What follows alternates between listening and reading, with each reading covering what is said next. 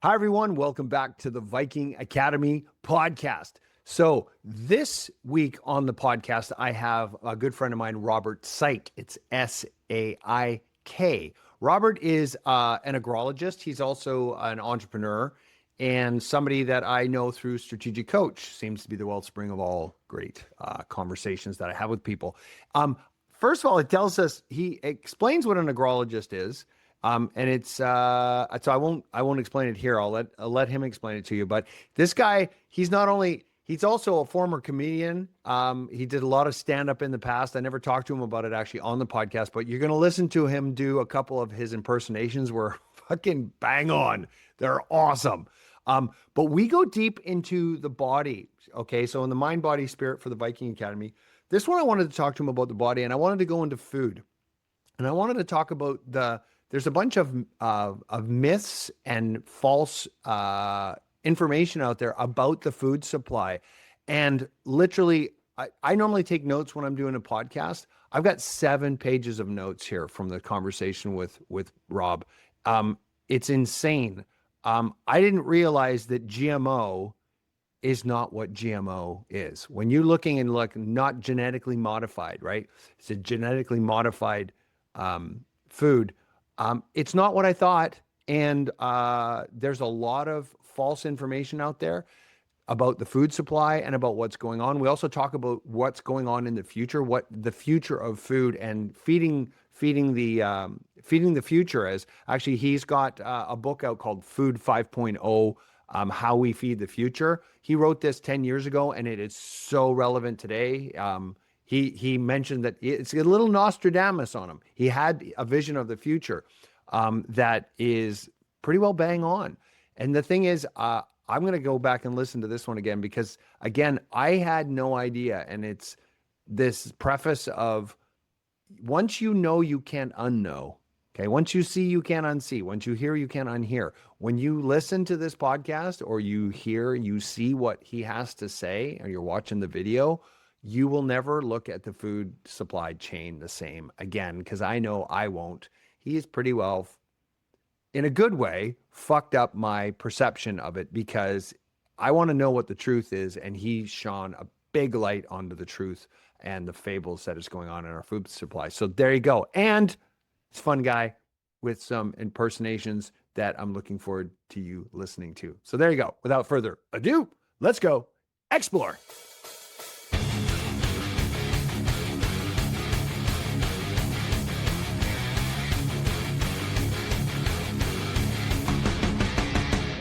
Hey, Rob, welcome to the podcast. Thanks, Eric. It was great to have this opportunity to chat with you. You and I have got to know each other through Strategic Coach, both in Toronto and LA. And we got talking about some of the work I've done globally in the field of agriculture. You said it would be interesting. And so good to be on Erik the Viking podcast. Yeah. And the best part is, for the listeners out there, this is actually take 2 because the power just like started the podcast and the power went completely out. And so we had to do, this is retake. So this is take 2. It's almost like we need a blooper reel or something here to do it. I had asked you though, in round 1, when I first started recording, that you have agrologist behind your name. Right. Like, what is an agrologist? Well, I'm Canadian. Agrologist is a Canadian term, like biologist, sociologist, psychologist. Agrologist is a designation given to somebody who has a degree in agriculture and works in the science of agriculture. So I work in the science of agriculture. In fact, I just got back from Tulare, California last night, where I was at a show in Tulare and got a bit of a chill. So if I cough a little bit, I apologize. I've got some coffee here and I'll try to keep my hacking down to a minimum. But to summarize, I've worked in the field of agriculture for over 4 decades. And my background is plant physiology, soil chemistry, crop nutrition. And whether it's robotics or data or remote sensing or growing crops, I've been involved in a lot of sectors around the world. So good to talk to you. Everybody eats. Everybody's got an opinion about agriculture, but there's a lot of facts that are missing. I'm looking forward to exploring that because in the Viking Academy, we explore the mind, the body, and spirit. And so this is right in the wheelhouse of the body, because everything you take in for your body for fuel becomes your body. Like that's one of the things that I heard from spiritual teacher Sadhguru. He goes, "You are a collection of all the food you've eaten. You're a collection of all the thoughts you've thought.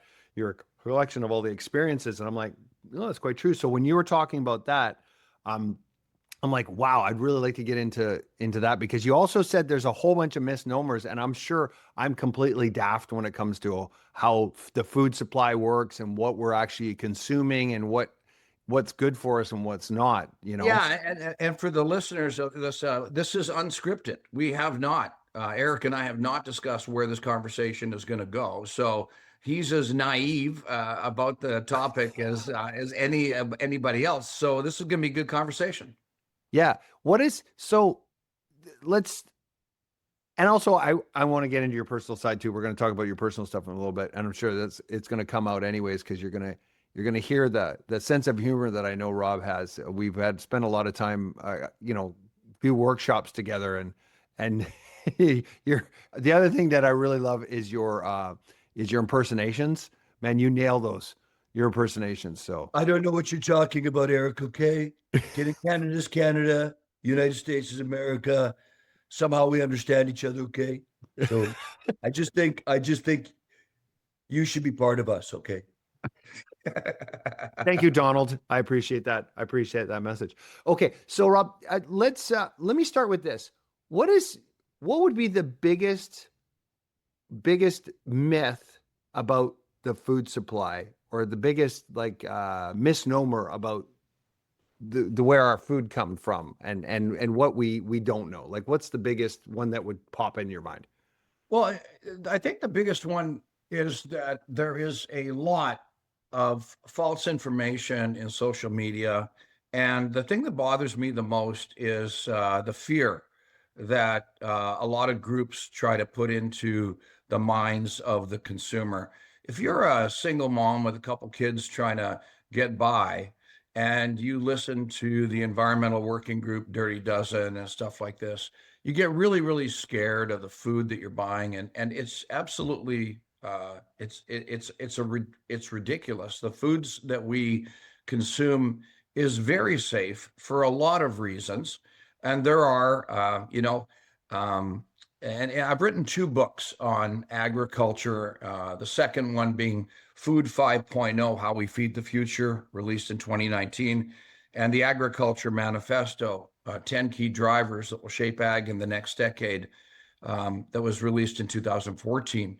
And the thing that bothers me a lot is that there's a lot of fear propagated around food and how it's grown without peeling back the layer of the onion and really understanding it. So, um, categorically, I don't sell fertilizer, chemical, seed.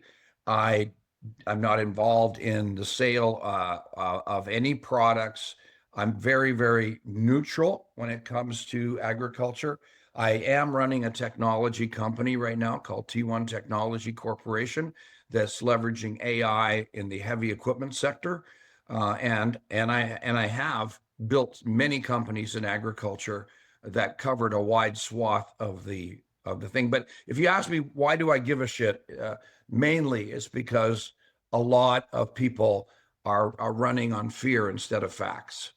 So what is, it is interesting because of course, coming back to Donald's running mate, or shall we call it his dream team, you've got Bobby Kennedy that's been like really pushing on cleaning up what he said is cleaning up the problem with their food supply. And to hear you say that it's actually safer than what he's beating the drum, or am I missing the mark there? Is he talking about something different than what you're talking about? Well, I'm not saying that the food supply was bad or anything like that. What I'm saying is we need to rethink. If you look at the way I redid the food guide, I'm putting protein on it. So this is actually a really interesting thing. When you look at the rejigging of the food guide in America, I don't disagree with it. I think that we've got an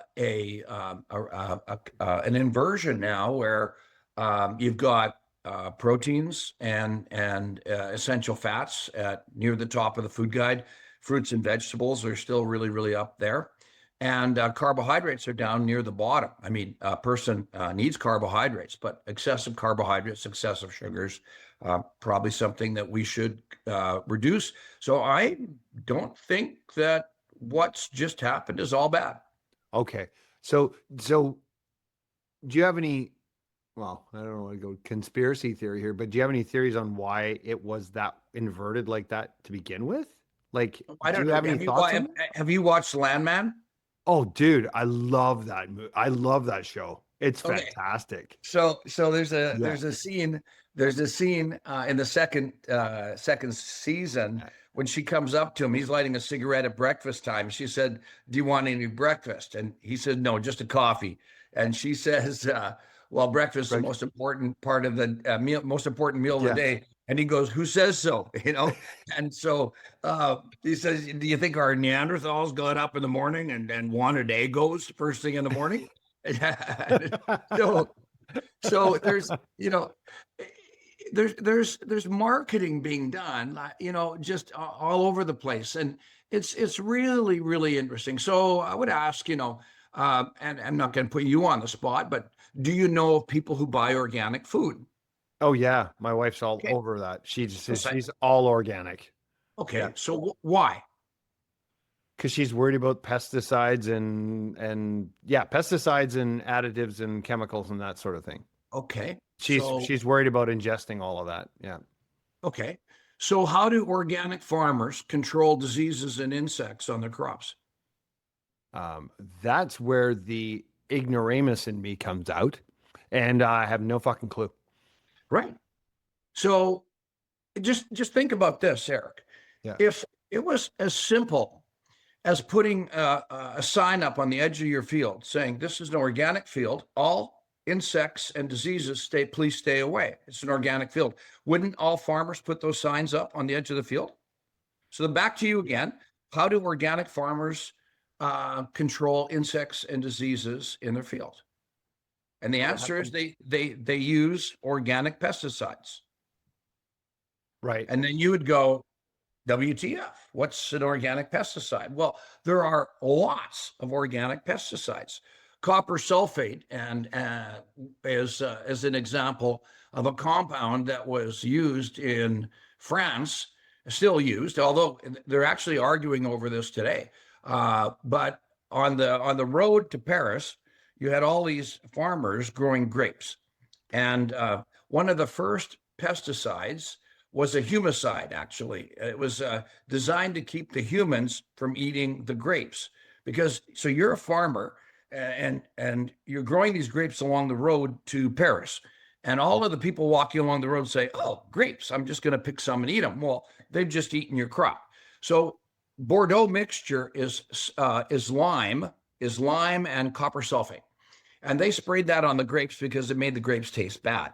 So the humans wouldn't eat the grapes. Well, what they discovered is that the copper sulfate and lime controlled a disease in the grapes called botrytis, and so it was one of the first fungicides in the world was copper sulfate and lime, called Bordeaux mixture, and that's an organic fungicide still used in copious amounts today, and is arguably as toxic or more toxic than many of the fungicides that are synthetically derived used to control botrytis on grapes.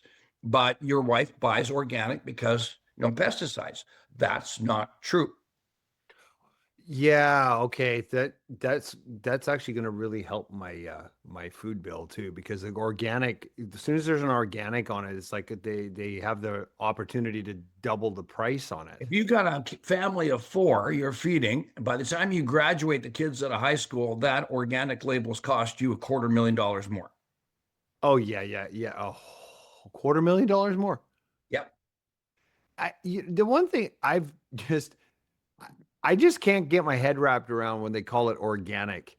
Well, it's like organic food. I'm like, what is all the rest of the food synthetic? Like when someone's coming up with a label, they don't really think about it too much. I'm like, would you Well, like an organic apple or a synthetic let apple? me, yeah, I'd rather have an inorganic apple. So the thing about it is that I'm not saying that see, this is the thing that we've crossed over is food has become religion. Yeah, yeah, yeah, yes, Food has yes, become yes. religion. If you have your vegans, you have your pescatarians, which is a thing.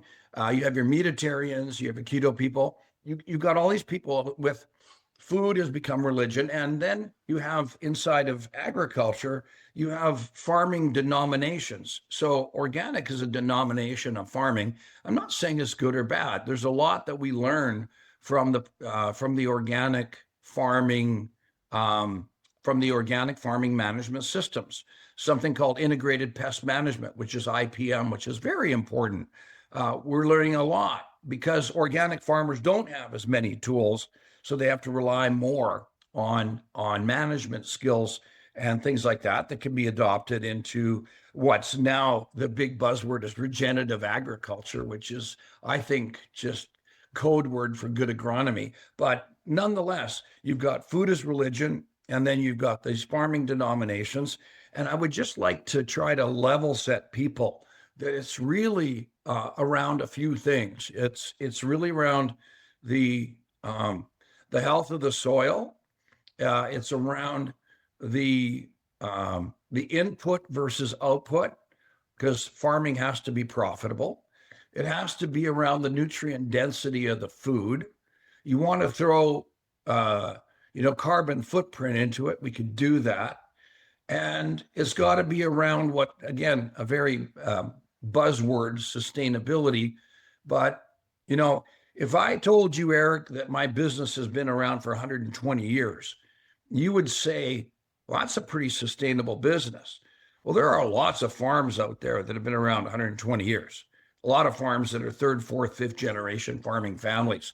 And so don't tell me that these farmers don't understand the word sustainable, and don't tell me that they don't know how to learn, unlearn, and relearn, because that's what they've been doing for generations.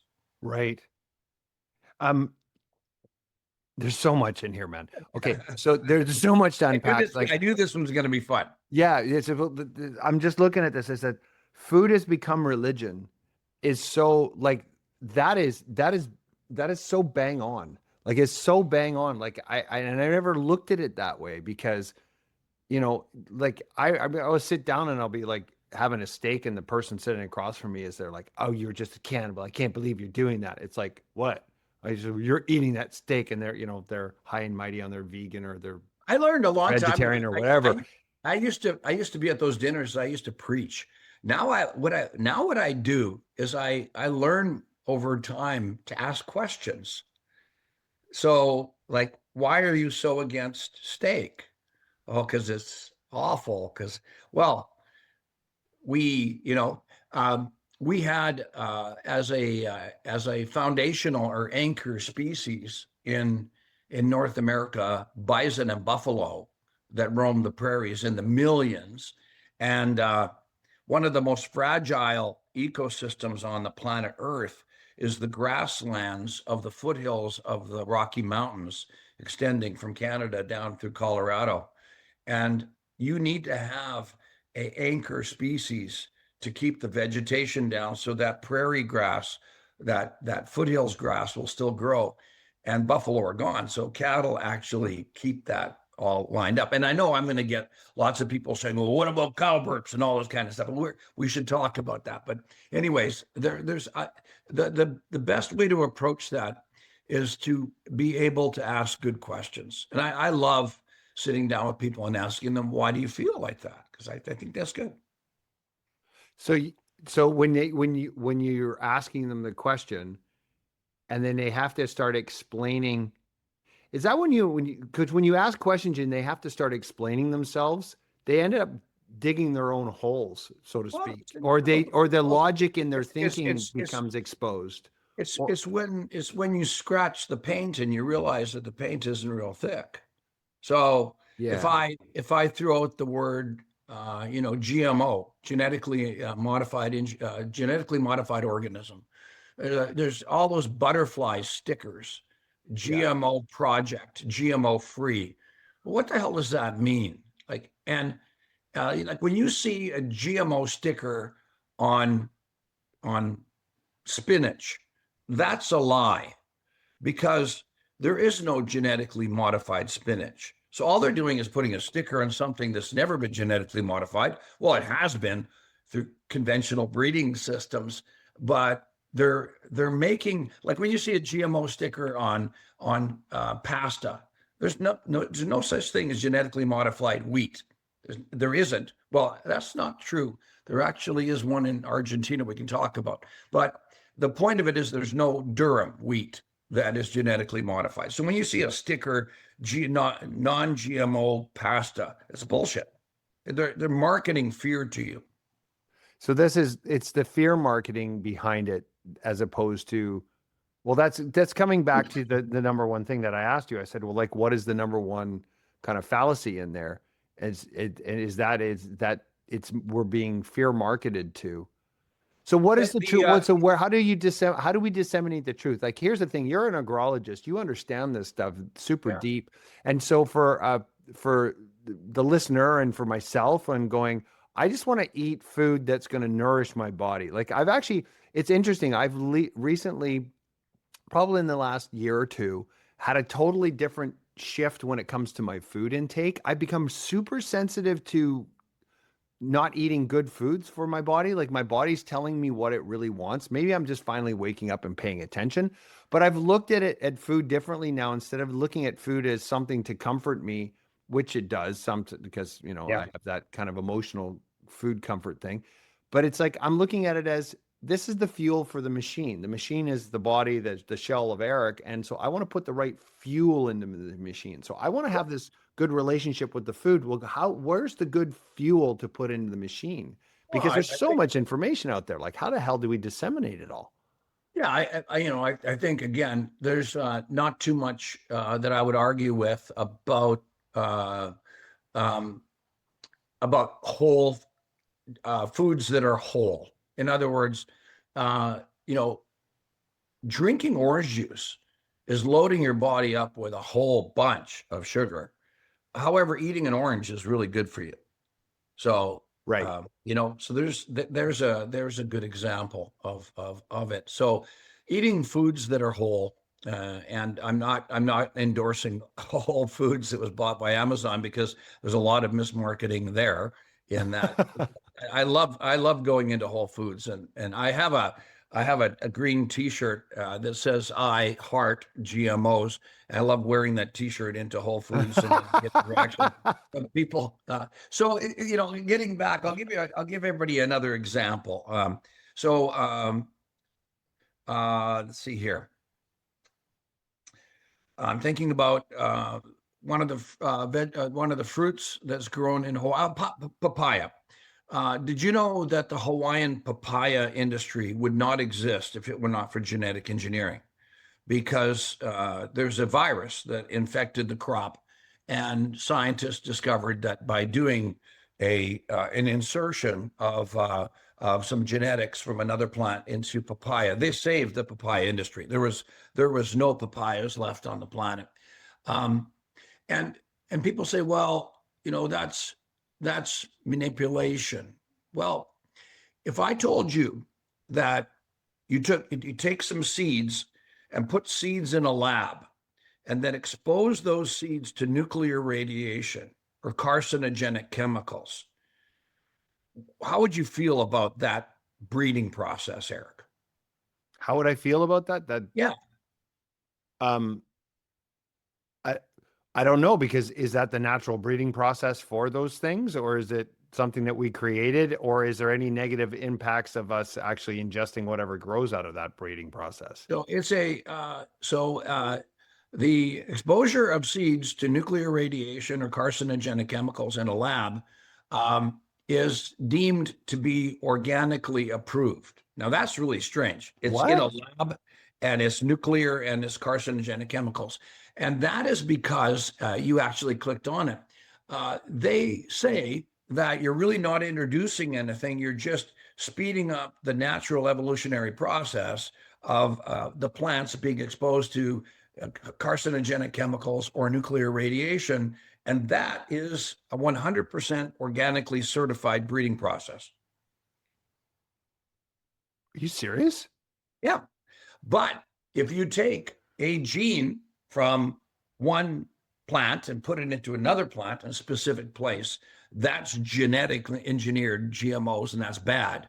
Now we are moving forward now, and that technology is pretty old now, because now we've moved ahead with CRISPR technology, and now you have gene editing technology. So when you bite an apple or you slice an apple up, it turns brown in a very short period of time. Yes, yes. That oxidative process is what turns it brown.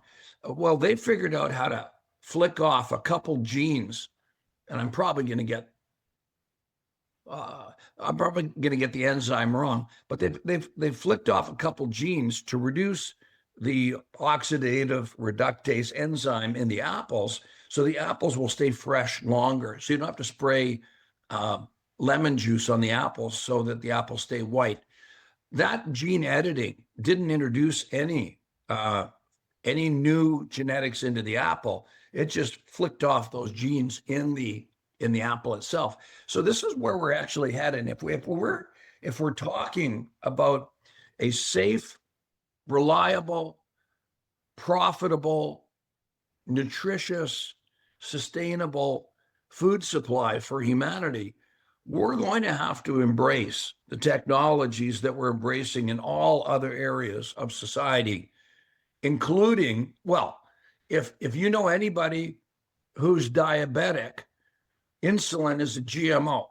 If you know anybody who is hemophiliac, who's got hemophilia, they're being kept alive with genetically modified drugs.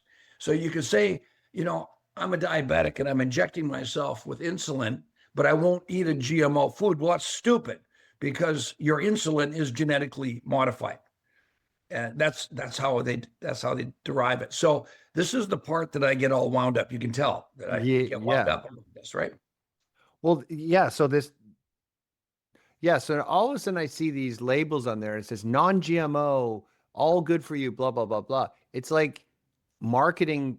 It's almost like marketing to ignorant people, because I'm ignorant to it, because I don't understand it. But it's like a marketing play. There's a lot of money to be made if you, so the non-GMO on pasta, for example, I'll use that example. The non-GMO sticker on pasta makes you feel, oh, this is good. I'm buying something that's not genetically modified.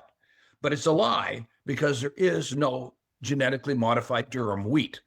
So what they're doing is they're doing two things. They're capturing value with a label that's creating a good feeling inside of you, because I'm not eating genetically modified wheat, but it's a lie, because there is no genetically modified durum. So, another negative hit is they're saying to you that if there was a genetically modified durum wheat, that would be bad for you, and it's not true. It's not proven. That wouldn't be true. Yeah. So right now we're using, like in Argentina right now, I met the scientists that found this gene that confers drought tolerance and saline resistance to wheat. So you could grow wheat in the face of climate change. You'd be able to grow wheat that is more drought tolerant, more water efficient, and more saline resistant than non-GMO wheat. And that gene is called the HP4 gene, I believe. And it was discovered by a company called Bioceres in Argentina, and they're growing it in Argentina and Brazil now. And we would like to have that wheat in North America, especially when we're facing droughts now in the wheat growing areas. So these are things I love to talk about. So here's it's okay. So it kind of twigged on me here now. So here's the first question. So the fact that it's well, we can go into the whys, but a genetically modified food is is it more fear-based that genetically modified food is bad for us, or we have in the past seen that a genetically modified food has negative impacts? And then what they did is they extrapolated that one instance of a genetically modified food to all genetically modified food is bad. So I'm going to say something that your listeners are going to have to research on their own, but there's never been one case of documented health damage to human beings because of a GMO food, not one. And this is categoric across the European Union, that actually doesn't let their farmers grow genetically modified food, but imports it from Brazil and Argentina and the United States to keep their whole agricultural sector alive.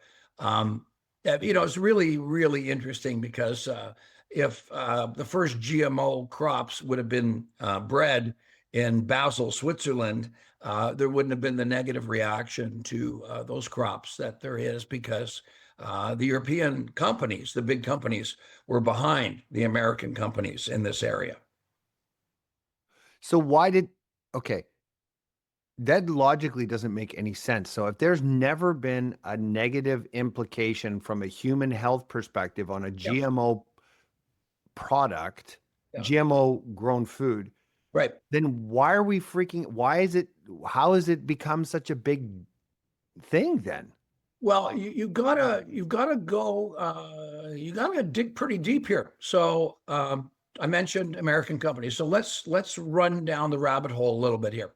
So Monsanto was based out of St. Louis. There's a herbicide out there called glyphosate. It's a 1 in 100-year molecule. It's very, very safe. It does a wonderful job at controlling weeds. And what Monsanto did was they were able to take some genes, and they were able to put them into corn and cotton, soybeans, and now canola. And so you make the crops resistant to glyphosate, but it allows the farmers to take out the weeds out of the crop. So this was the beginning of, it changed everything. It changed agriculture in so many ways, because what it did was contrary to popular opinion, it allowed us to drop and decrease the amount of herbicide we were using to control weeds on crops, because all we had to do now was use glyphosate, and it cleaned up all the weeds, as opposed to spraying 2 or 3 or 4 different herbicide cocktails to control the weeds. So the WHO has a offshoot that said that glyphosate is possibly a carcinogen. There's been no documented research work in the world that definitively defines glyphosate as a carcinogen.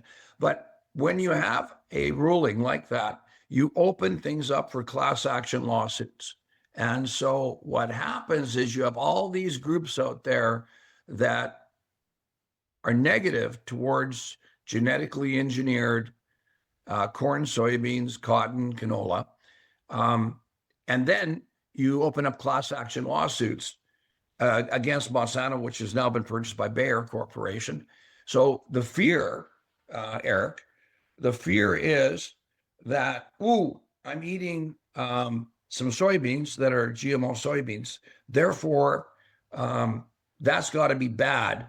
And glyphosate is bad because farmers use glyphosate on GMO soybeans. So therefore, I'm getting all of this bad stuff. What they don't know is that non-GMO soybeans would have a much higher pesticide load than GMO soybeans. And so all of this spin happens, and there's money behind it all. And I'm not saying there's not money behind genetically engineered crops, because there is. And then they say, well, farmers have to buy this seed every year. Well, that's true. It has nothing to do with genetic engineering.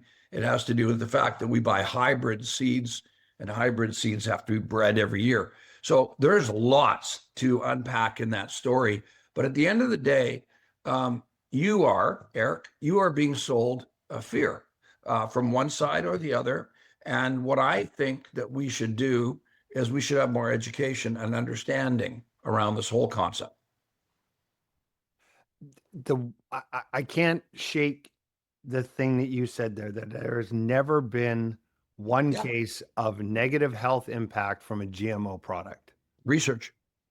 So And I so, mean, yeah, that's a fact. And if there was, then that whole technology would be ground to a halt. But it's not.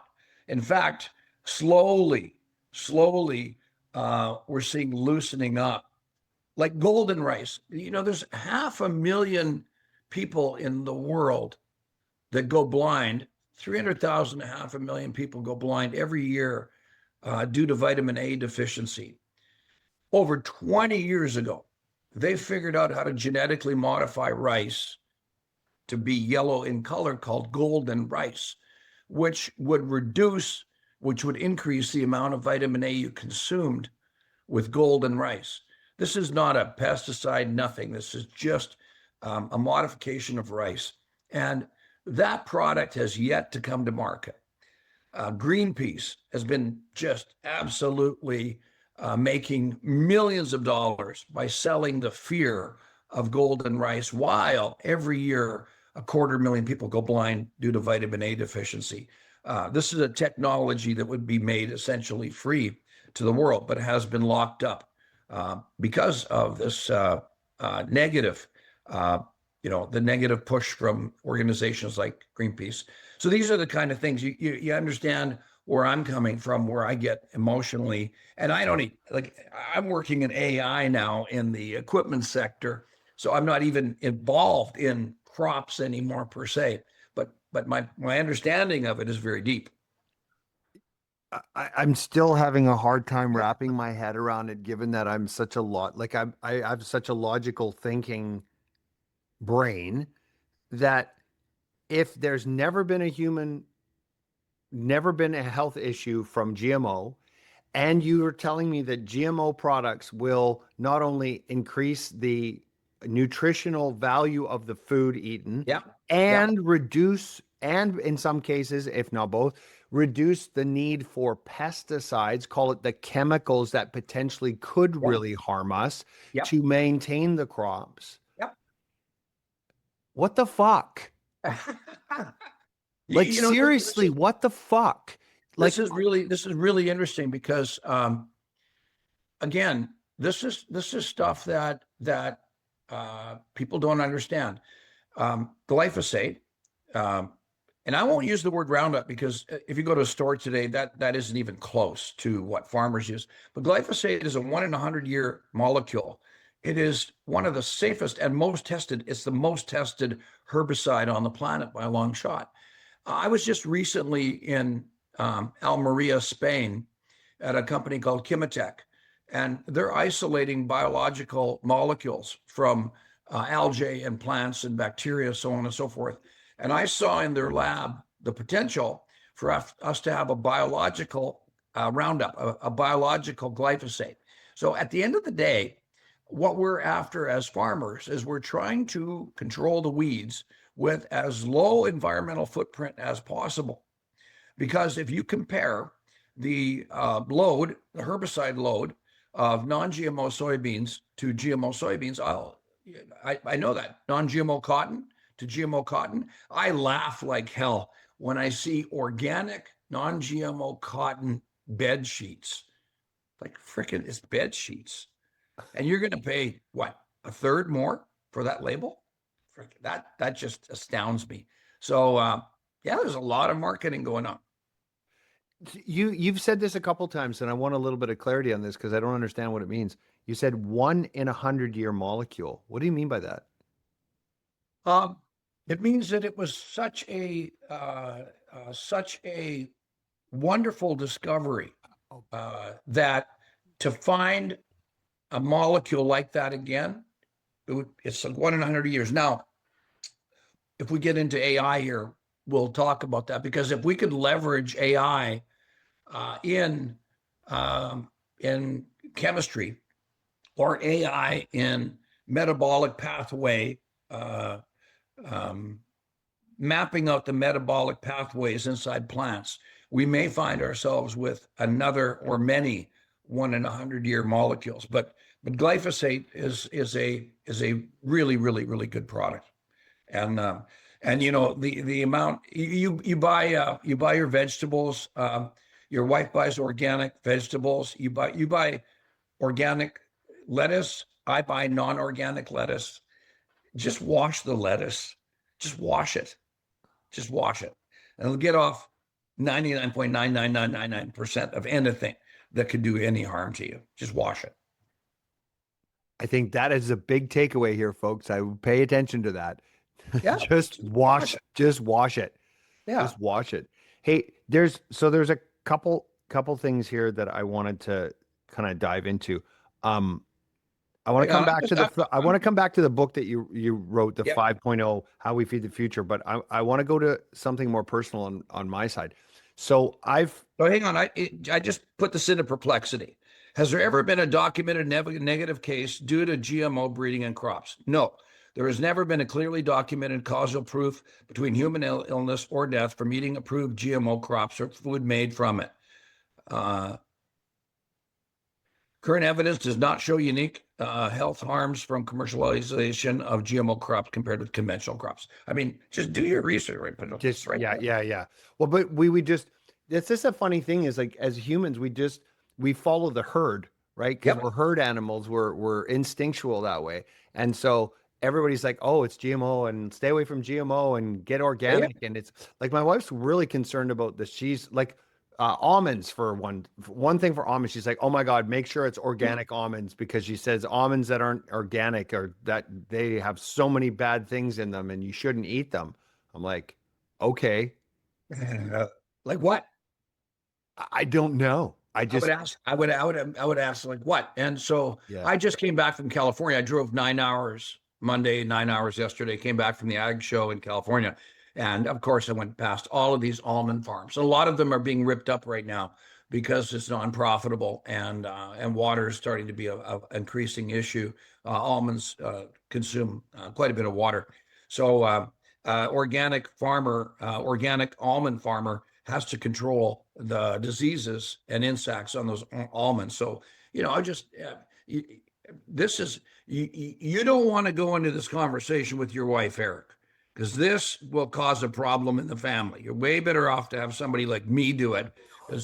Just for the sake of your marriage, just let her keep buying the organic almonds and just say, yes, dear, and stroke the check. Yeah, but I'm fucked now, because once you know, you can't unknow. I know. Right? Like, because once you know, you can't unknow. Because the almonds is one thing. Here's another thing that hits me personally. So, I've watched this happen. It's this gluten intolerance that's been going on. It's gluten intolerance. And the interesting thing is, I've noticed that I've become sensitive to that as well. Like, if I eat a lot of pasta or if I have a lot of bread, I just feel like shit. And so I've just been cutting it out.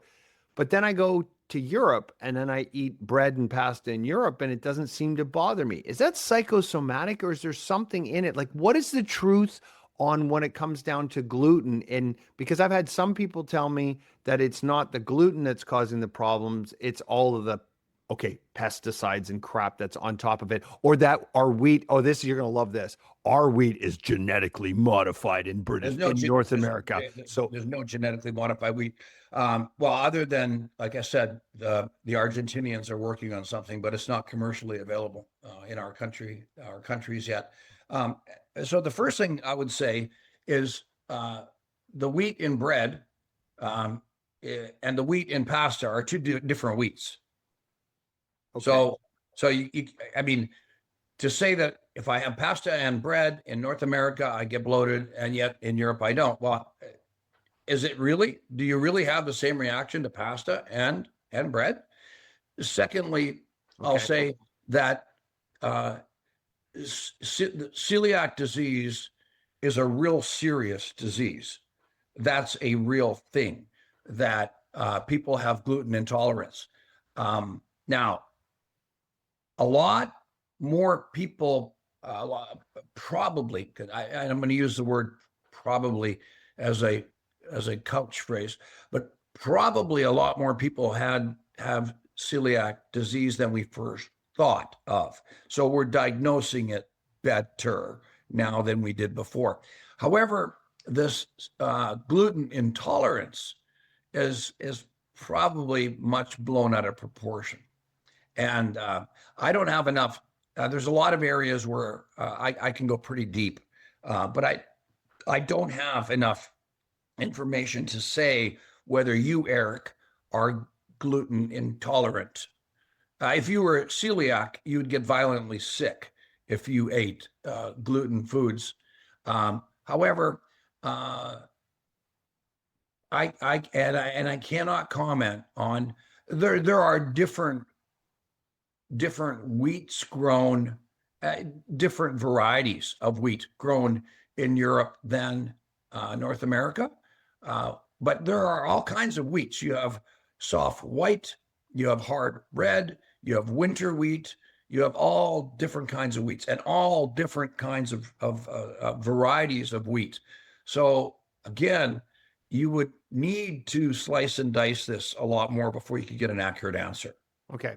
I'll leave it there. Yeah. Okay. Fair enough. Because I've been just always trying to figure it out, is whether it's psychosomatic or if there's something else that's happening. But that's where I have to do more research. For me, I mean, I think that, from a standpoint of our diet, And again, if you look at the new food guide, I'm trying to make the point here that but if you look at diet, it makes sense I think it makes sense to reduce our consumption of carbohydrates and I mean, I think it's just common sense. It's just if you're going to eat if you're in the morning, you're going to have processed cereal in the morning, and for lunch you're going to have a bunch of processed food and then a bunch of carbohydrates and stuff. Like, I mean, if you have a look at the average at the trade show, I was laughing because I ordered a ribeye sandwich at the trade show, and I got this beautiful ribeye strips in, but geez, the bread was about that freaking thick, and I'm going, I just don't need that much bread. I just give me a thin slice and I'd be fine.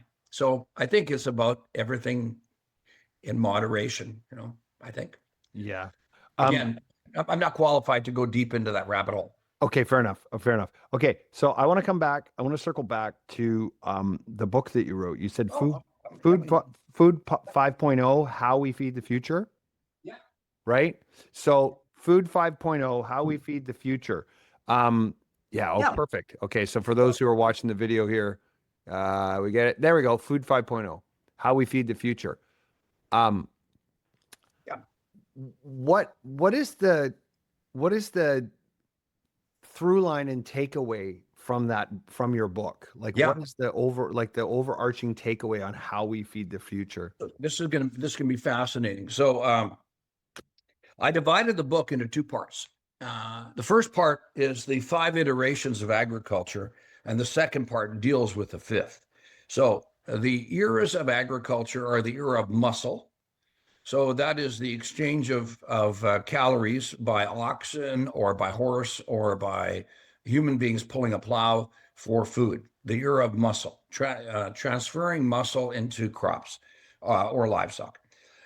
The machine era began with the industrialization.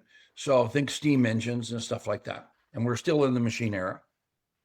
Then came the chemistry era. The chemistry era really began, like I said, it began with organic chemistry, like the Bordeaux mixture I talked about, but it really, really changed with the Haber-Bosch process. This is the most important invention in human history today, which is the conversion of air with natural gas and temperature and catalysts into ammonia fertilizer.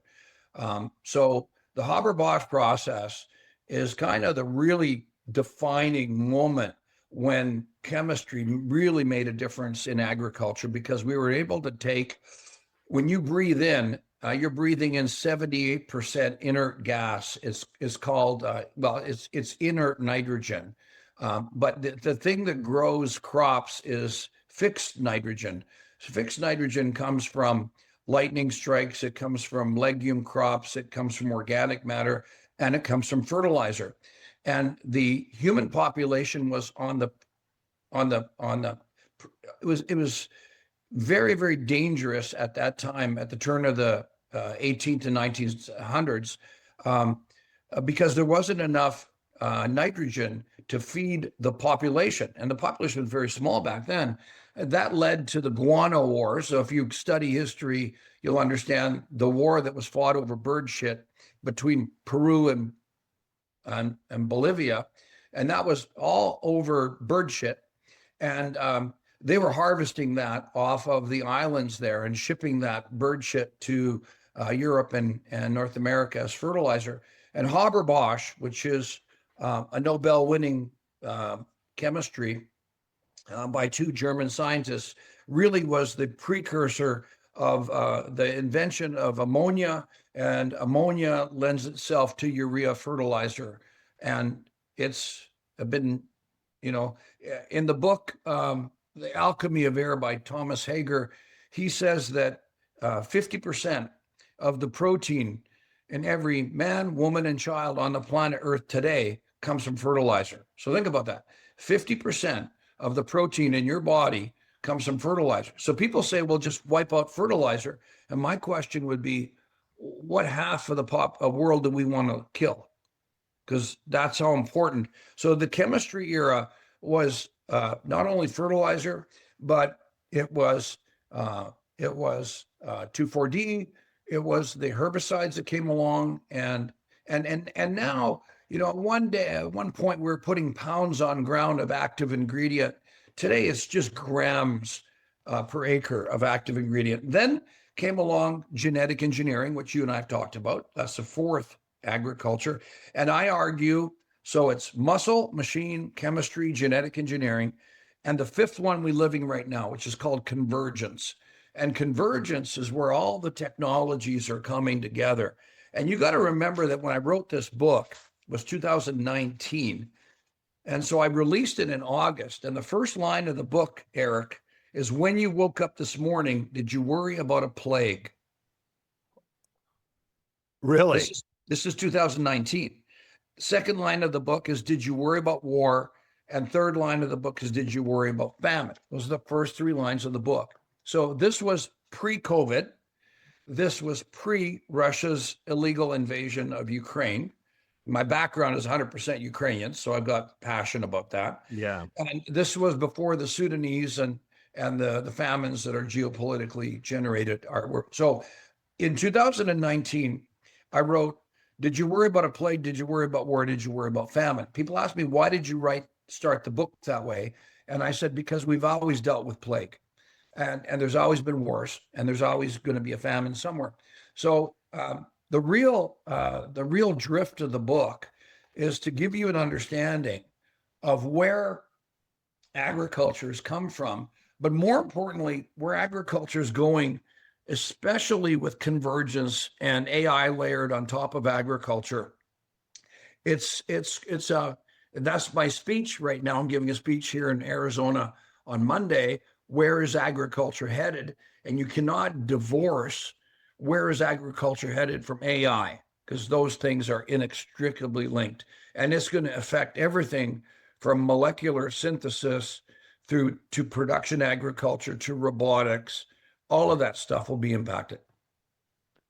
So then from there, from the convergence, and you said it's 5.0, and then from there, that is where the future 5.0 comes from, is that fifth convergence thing. Yeah. And then saying, this is how we feed the future. Feed the future. Yeah. Yeah. Is by recognizing and saying it's a convergence of all these Correct levels. Once we instead of pointing that one's bad and one's good, and this, it's like what you said. What was it? You said food has become a religion. Yeah. Like, and that there's farming denominations that are, and are the farming denominations within those 5 sections or within the first 4? Like, is that what you mean by the denominations? Or are they more like aligned with? For example, if you were again, you have to put everything into context. So if I'm a relatively small farmer but I'm living next to a urban center. How am I going to make money off my farm? Well, I'm going to grow a crop that I can sell at the farmer's market to you and your wife, Erik. And how am I going to extract a higher price for that product versus what you could pay at the grocery store? The story. Yeah. The story. And the story is that our family is growing this crop and we're not using any synthetic. They won't use the word synthetic to say we're not using any pesticides, but the reality is they may be. And so it's safe for you. So pay pay $8 for a dozen of eggs. So here's an exercise for you in a grocery store. And I love doing this. I love watching people in front of the eggs to make a decision, because you could buy eggs for $2.99 a dozen, and you can buy eggs for $12 a dozen. And in between, there's all the different pricing. Yeah. Of all the different, it all comes from one part of the chicken, from the ass end of the chicken. Yeah. And, Yeah. and and they say, well, these chickens are free range. Have you ever watched chickens? They don't want, they're free range, but as soon as something happens, they clump together in a corner all over each other. Chickens will cannibalize each other, free range chickens, and they'll eat their own shit. So when people say that these chickens are, vegan chickens, well, whatever. It's just such a bunch of bullshit.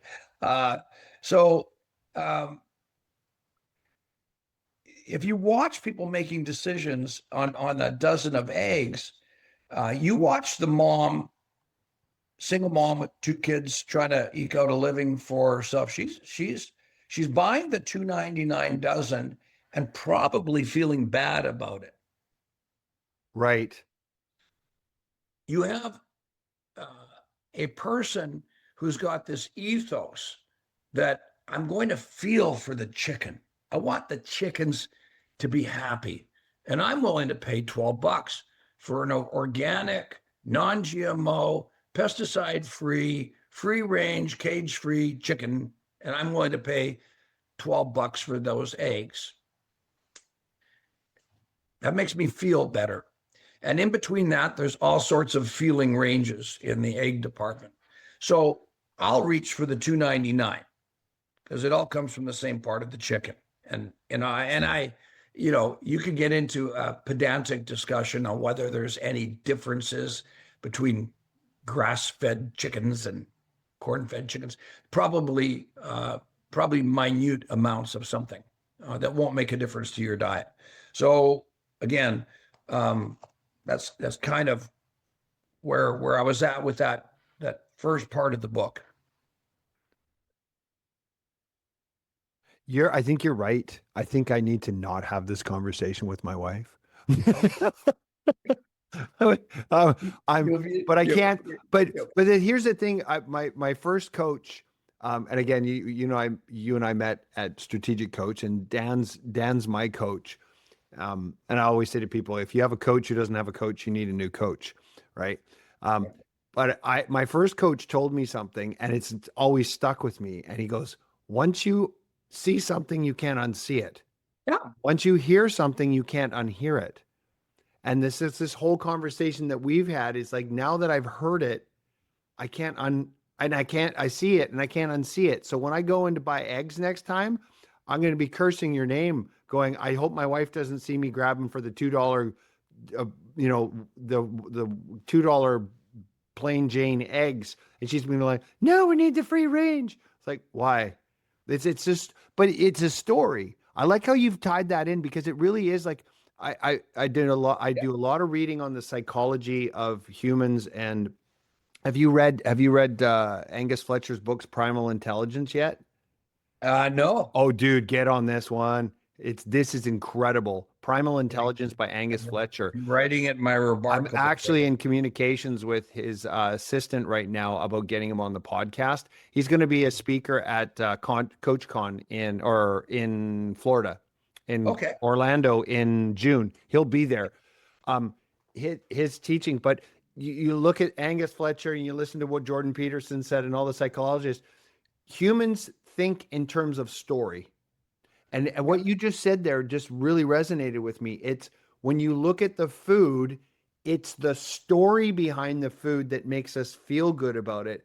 But the fact of the matter is, you've opened up the kimono here and showed me that the reality on the back end isn't the fact that I still can't get my head wrapped around this, that there has not been a single health issue with a GMO related product. Yet Ever. somehow we've Ever. vilified it. It's been vilified and makes it sound like, oh, it's genetically modified. Because that's what I honestly thought. Someone told me that I thought the reason why I react the way I do to, again, pasta and bread, and I know that's a whole issue now, but let's call it like wheat in North America versus wheat in Europe, was because it's genetically modified here in Canada. Nope. Or in the United States. Yeah. No, that's not true. So, if we're thinking, let's move the conversation into the future here. Yeah. Yes.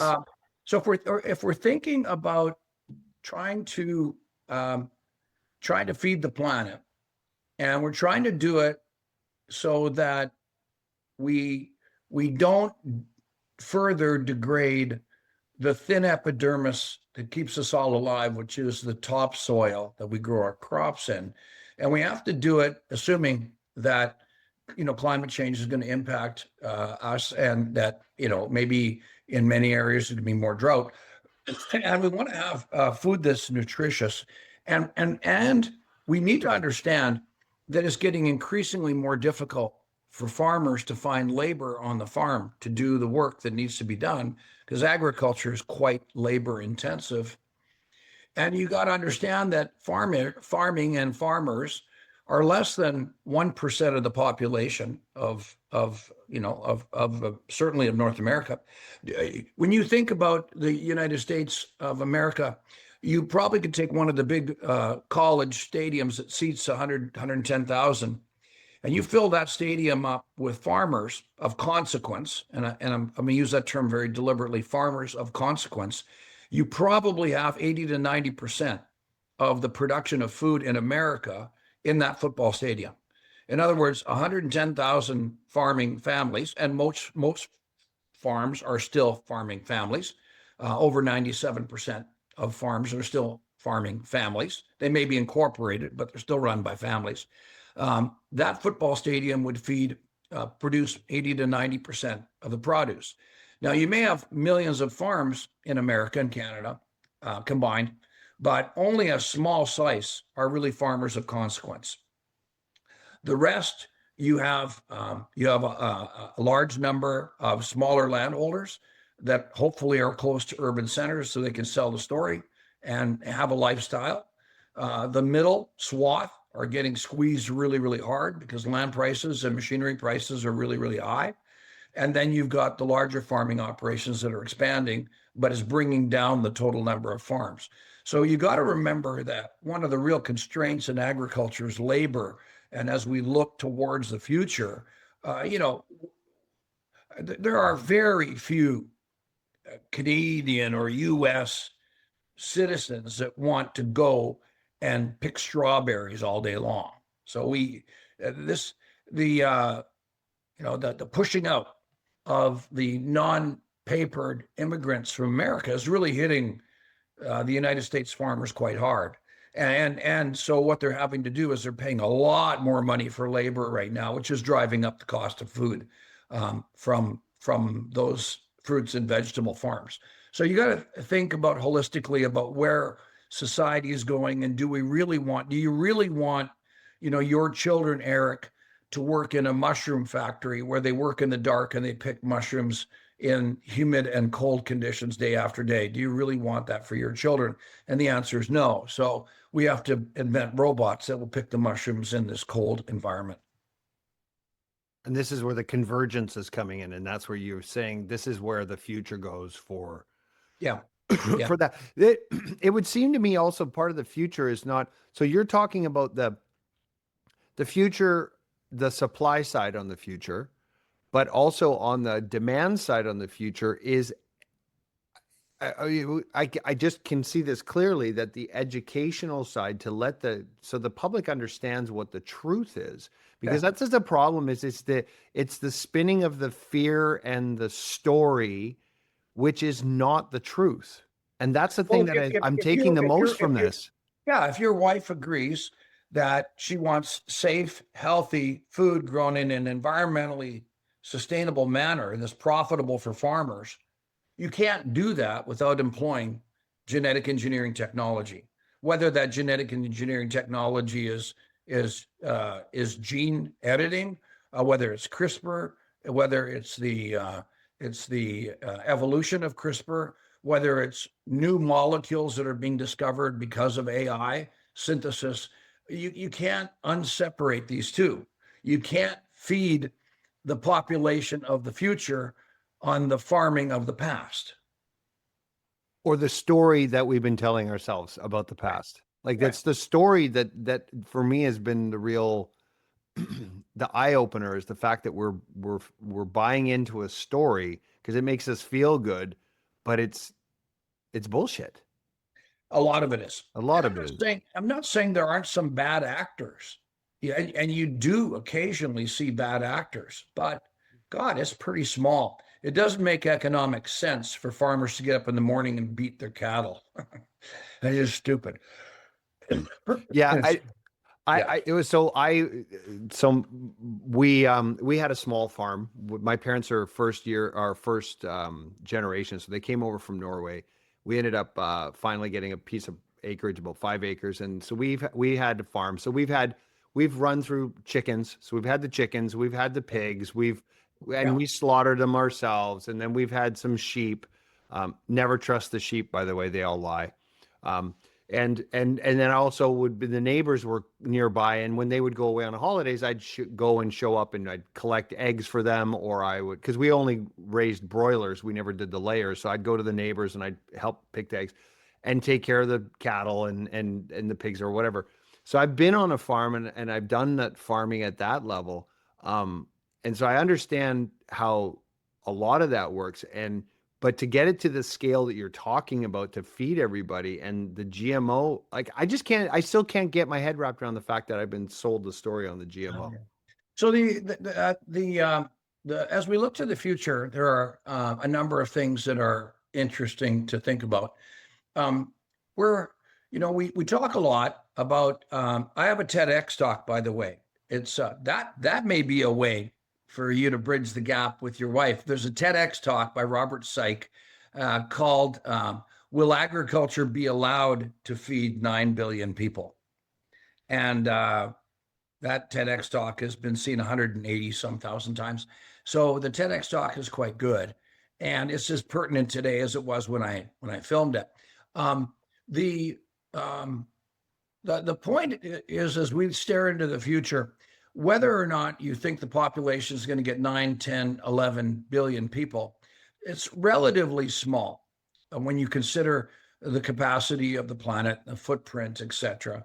Most of it is dense around water, is dense around the oceans, and you have density of population. But globally, there's lots of room for people. But the question would be, is the population actually going to get that big? Because there are several areas in the world, Japan, now China, Germany, where the demographics are showing a slowing down or a declining population, because birth rates are declining below repopulation levels in many areas. So you have one factor, which is, will the population actually increase? And if the population doesn't increase, and yet we can produce more food because farmers are good at producing food, where is the market? Where's the market for food? Where's the market for corn? Because the average corn yield this year was, I think, 272 bushels an acre. Like, it's huge. So where is the demand for all of this? Like, most of the corn goes into cattle feed, goes into chicken feed and stuff. There is sweet corn that you eat, but that's different than than feed corn. And a lot of corn now is starting to go into ethanol. And you could argue that if you want to reduce hydrocarbons, ethanol is a good way to go, and maybe going to 15% across the board, ethanol is good. And sustainable aviation fuels, that, what is it?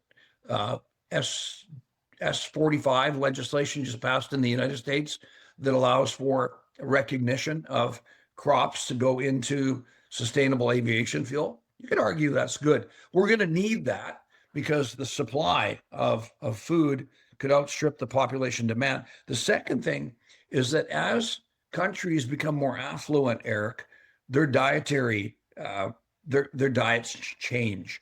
They want more chicken. They want more beef. They want higher levels, more variety of vegetables. So there's an opportunity, but it may not come down to strict quantity. It may be a combination of quantity and quality, and maybe a third would be environmental sustainability, however you measure that. But those may be the metrics that we need to think about going forward in agriculture. You've opened my eyes huge to this. I knew we were gonna have a good conversation because I knew there was a whole bunch of stuff I didn't know, and now that I know, I can't unknow. So I again, man, when I go in to buy eggs next time, I'm gonna be thinking about you, and I'm gonna be and hopefully I'm gonna be looking over my shoulder, and my wife will not be there watching me pick the eggs, or won't see. Actually, what I'm gonna do is I'm gonna get the eggs. I'm gonna come home. I'm gonna take them out of the carton and put them in a bowl so she doesn't know what the carton says. So the story's not there. I think that's what I'm gonna do. Of course, this is all now recorded, so she'll be able to. Yeah. She'll never know she'll about be able it. she'll have evidence of our deceit. Yeah.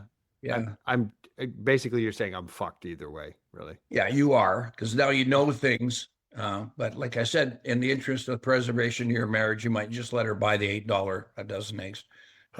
So yeah. So anyways, where we're kind of headed. I want to touch on this, but so I just came back from Tulare, California, the World Ag Expo in Tulare, California, and I was astonished at the amount of robotics. I was CEO of a robotics company.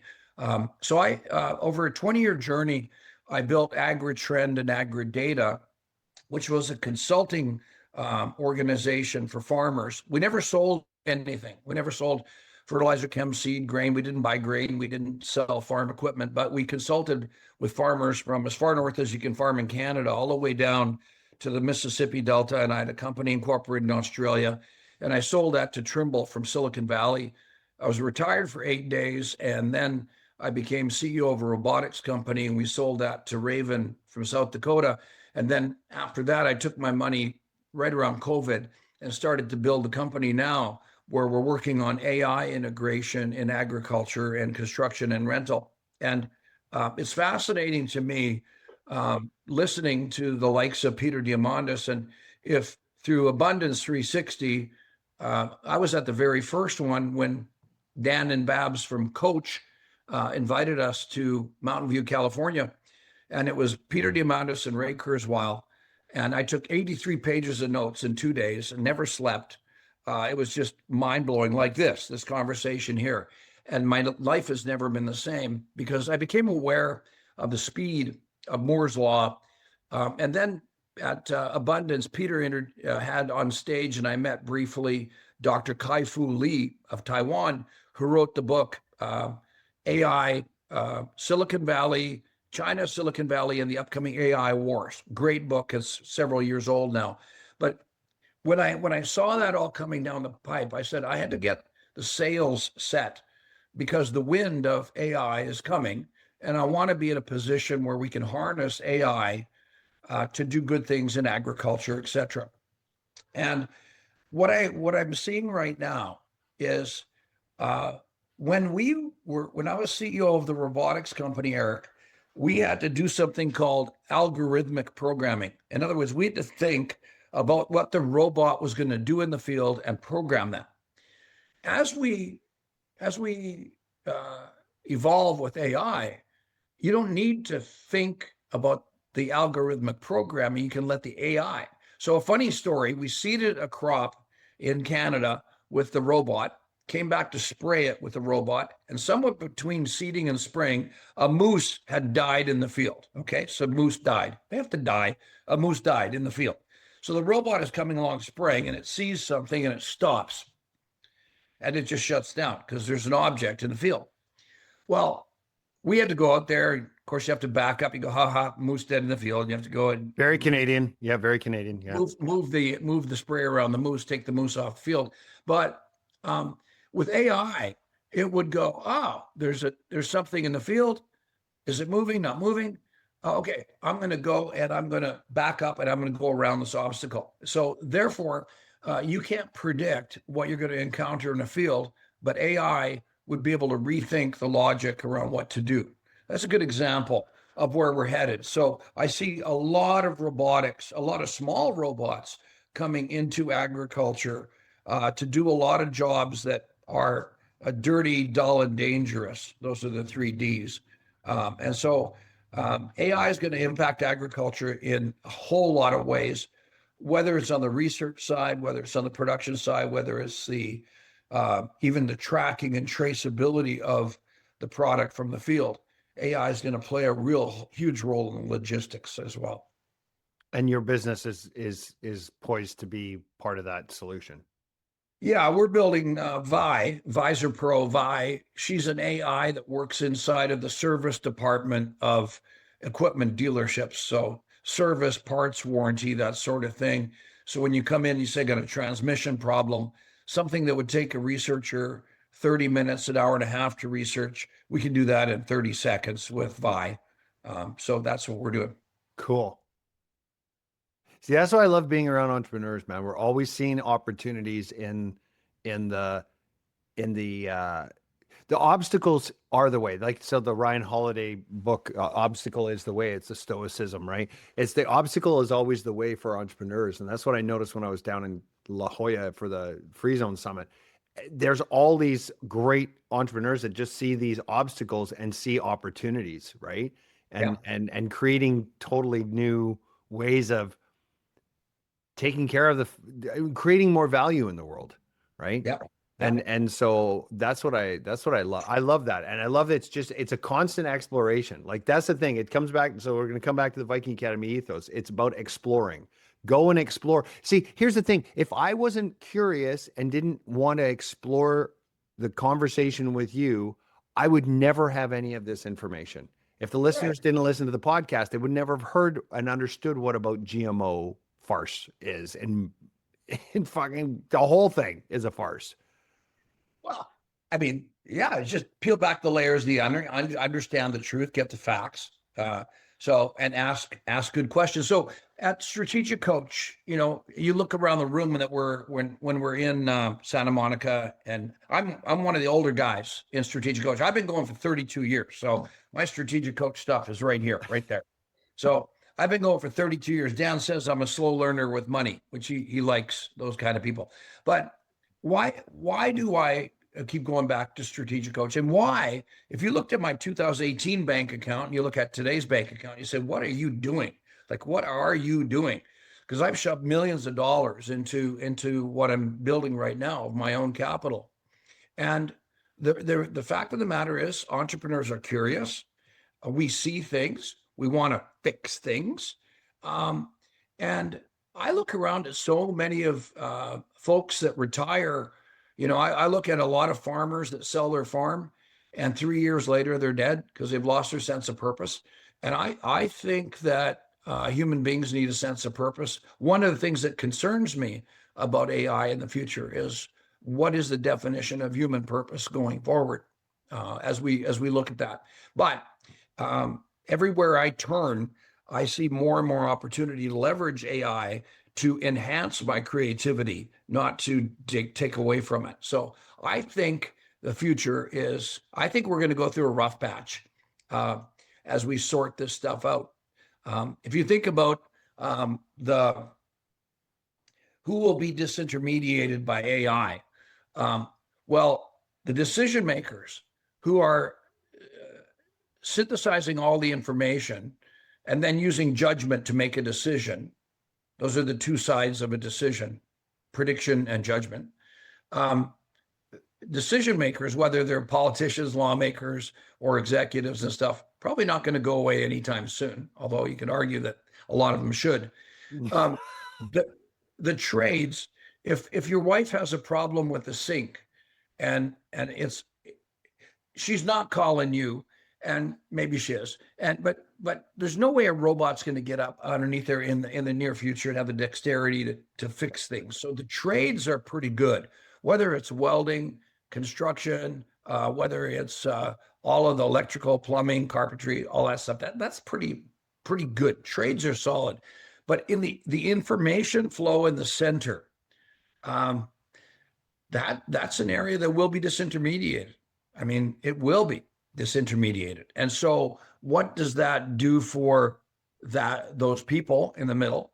And as we get more autonomy, I drove back on the I-10 yesterday from Los Angeles all the way through to Phoenix, and I just passed hundreds and hundreds of semis. Those trucks are driving predicted routes. And I'm thinking, why couldn't all these trucks be autonomous, just driving at 55 miles an hour, all of them spaced out evenly, nobody passing, just driving in a train at 55 miles an hour? And I think that will happen. So what are those guys going to do? So those are things that are kind of going through my head. Yeah, totally. I'm right there with you. It's I've got the book sitting here ready to be read. Is Viktor Frankl's Man's Search for Meaning. Oh yeah. You know, like the meaning and purpose is a human.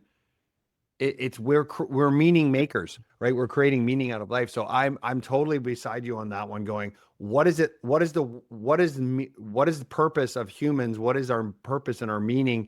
When we have this big chunk of the world that doesn't need us working in it anymore, right? And so maybe the universe is already smart on that because it's reducing our population, because we're not going to need as many of us to do what we're here to do. You know what I mean?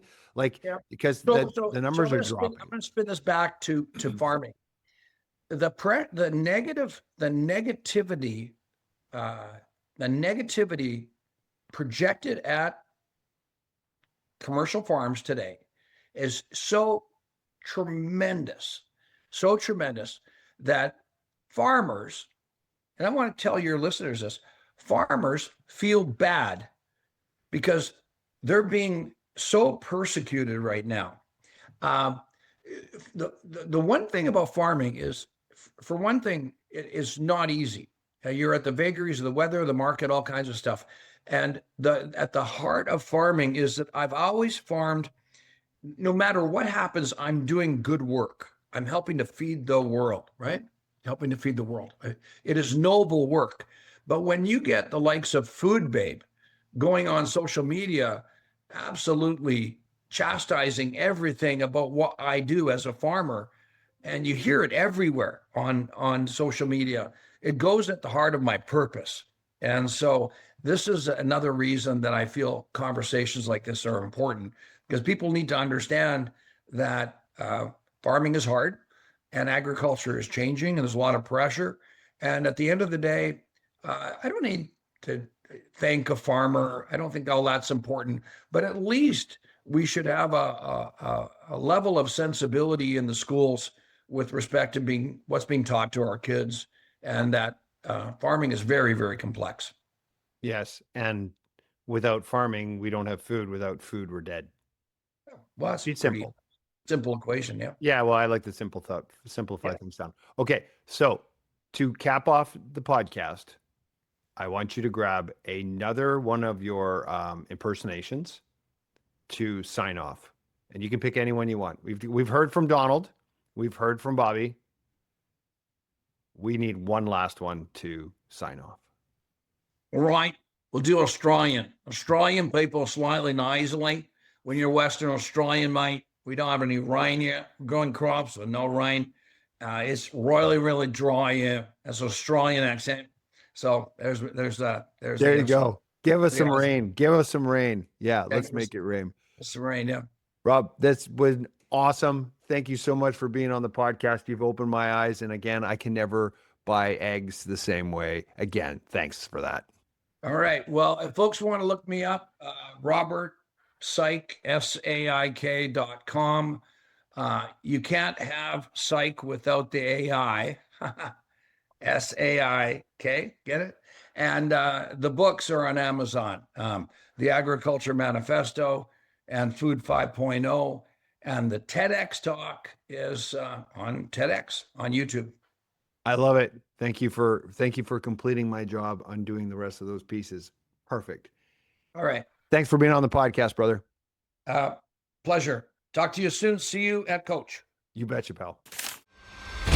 Thanks for listening to the Viking Academy podcast. Make sure to leave us your honest feedback by leaving a review on Apple or Spotify and hit subscribe so you never miss an episode.